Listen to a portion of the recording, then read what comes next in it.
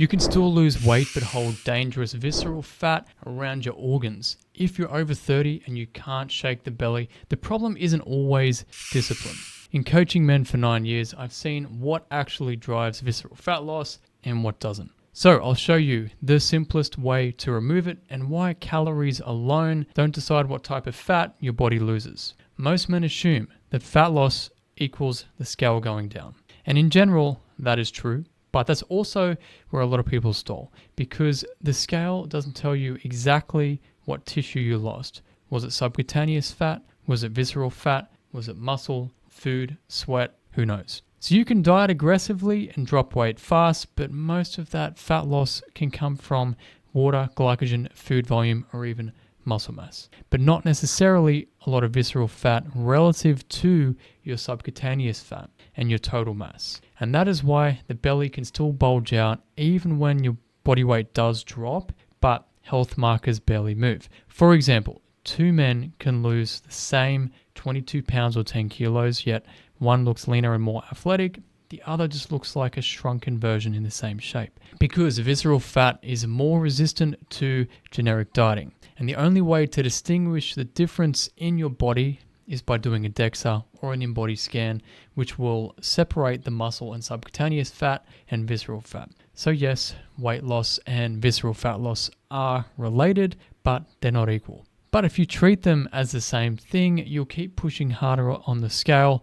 without solving that belly fat problem, which brings us to how visceral fat even becomes a problem for most men. So you've maybe already heard that visceral fat is metabolically active. What that actually means is, unlike subcutaneous fat under the skin, visceral fat releases inflammatory signals directly into the bloodstream. Those signals impact your normal metabolic function, and that is why high visceral fat is strongly linked to things like insulin resistance, type 2 diabetes, cardiovascular disease, and even impaired cognition over time. It also creates this vicious loop where more visceral fat leads to more inflammation, worse insulin control, and a greater tendency to store more fat around the abdomen and harder to lose it. And that is why some men still have slim arms and legs and face, but carry a belly. And they feel lower energy, unfit, weaker core, an inflamed body, and just unhealthy overall. But here's where most guys kind of get it back to front. I've heard a lot of people say, I can't lose weight because I have insulin resistance. But in most cases, the insulin resistance only exists because they gain too much fat in the first place. So when you reduce that visceral fat, insulin sensitivity will almost always improve with it. Then you don't just look better, you also feel and function better internally. As you can see here with this client's transformation over 6 months, the big belly will eventually go away if you do the right things for long enough. And that brings us to this next core issue with most diets. So I'm assuming you've probably heard of PSYCHO, which stands for calories out, which is always at play. And to be clear, if you want to go from 30% down to 15% body fat, you do need to lose weight. No way around it. But the calorie deficit alone doesn't determine the ratio of visceral fat loss to subcutaneous fat loss, meaning even at a lighter body weight, you can still have a relatively high percentage of visceral fat according to your weight. So yes, the calorie deficit does make you lose weight and fat, but the right food quality, muscle mass, and movement patterns decide how much of that visceral fat is dropping at the same time. So on a DEXA scan, anything below 500 to 1,000 grams, which is a kilo, or 2 pounds of visceral fat is considered healthy, while high levels lead to that bulging belly and metabolic issues. But it will always slightly be harder to lose this fat if you have more visceral fat, because it's strongly influenced by inflammation, insulin sensitivity, gut signaling, and the demand or lack of from your muscle mass. When those signals are poor, your body is often going to just shed water, muscle, and subcutaneous fat first, while still holding on to that visceral fat.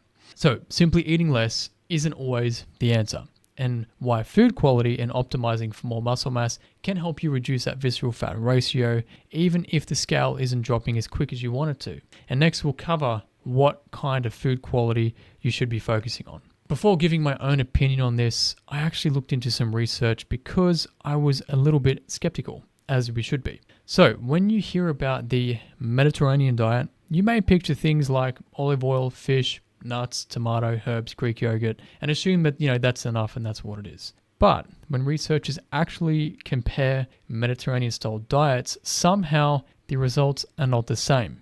One strong example is this study called The Effect of a High Polyphenol Mediterranean Diet on Visceral Adiposity, which just means visceral fat. The researchers compared a standard Mediterranean diet to a version that was deliberately higher in polyphenol-rich whole foods.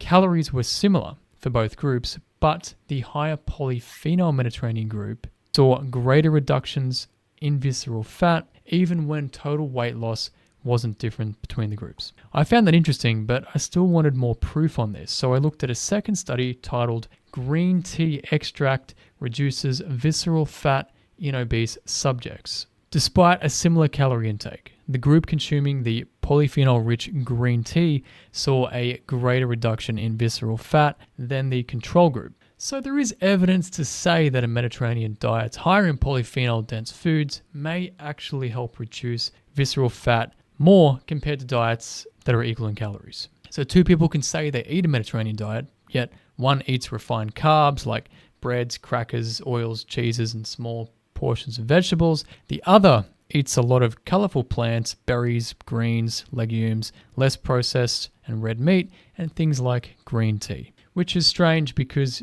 green tea didn't originate in Greece or Italy, as far as I know, but maybe that's why they're calling it the green Mediterranean diet. But before we cover exactly what foods to add into your diet, you need to avoid what blocks visceral fat from actually dropping. This is where most people sabotage their results, because no special fat loss foods will work if added to habits that are actively blocking you from dropping fat. The first obvious blocker is that not even the green Mediterranean diet, nor any diet, will work unless you're in a deficit. Never forget that. You can drink green tea all day, eat berries and greens, but if these next things are still in the background, visceral fat ratio will not improve much. And this includes things like frequent alcohol consumption, eating ultra-processed foods like anything in a packet that's fried and not fresh, refined sugars, losing muscle mass from no training or shitty workouts, and under-eating, yo-yo dieting for yo-yo every couple of months or years,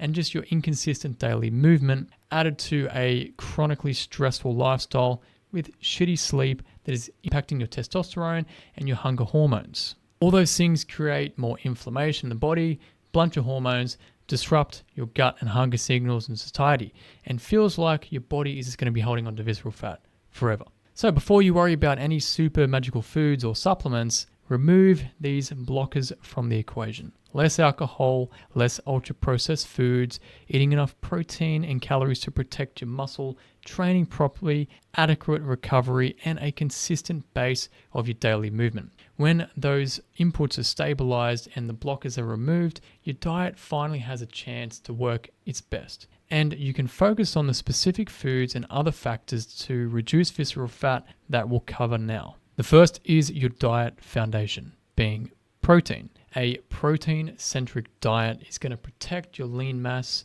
and stabilize your appetite. When protein is low, hunger can unpredictably fluctuate a bit more. But when your protein is consistent, your meals are going to be more satisfying for longer.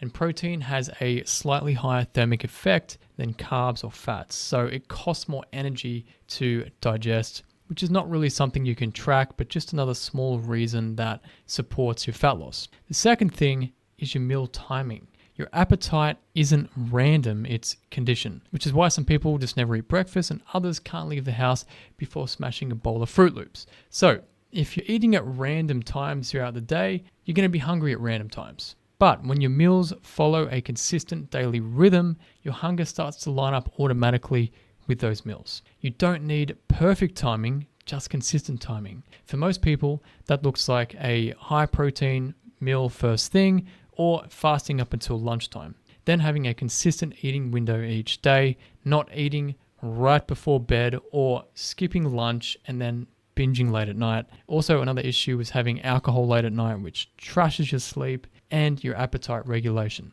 Consistent meal timing also removes the decision fatigue, and it's going to make your meal prep and your food tracking much more systemized and easy to do. Then you layer the higher polyphenol green Mediterranean diet foods we talked about onto this structure, which can include a variety of vegetables, leafy greens, and herbs in bigger portions, beans, lentils, berries, fish or chicken, and green tea as a replacement drink, as well as a little bit less red meat and less processed meat. And then your visceral fat loss will improve, and all this kind of becomes boring in a good way. Not because of any magical foods or tactics, but the higher polyphenol density improves the signals, and which can lead to losing more visceral fat relatively. So, to keep it simple, remove the blockers, then improve your signals and consistency to lose more visceral fat while maintaining and building more muscle. The thing is, most guys I've worked with used to be fit and lean earlier in life, but what worked back in their 20s or 30s doesn't work the same way now. And as we get older, lifestyle changes, stress is higher, more responsibilities, priorities, muscle mass is harder to maintain, and your approach has to evolve because there is less margin for error. If you want one-to-one help implementing a sustainable approach in a way that actually fits your schedule and your experience and your goals without any extreme dieting or guessing, and you genuinely want to get and stay lean, then my metabolic recomp method might be a good fit. You can learn more about that. Link is in the description. Or if you do prefer a do-it-yourself approach, you can get all my frameworks and systems inside the Business Body Blueprint routine. The link to that is also in the description. Then go watch this video next to get my honest take on why losing belly fat is harder after 30.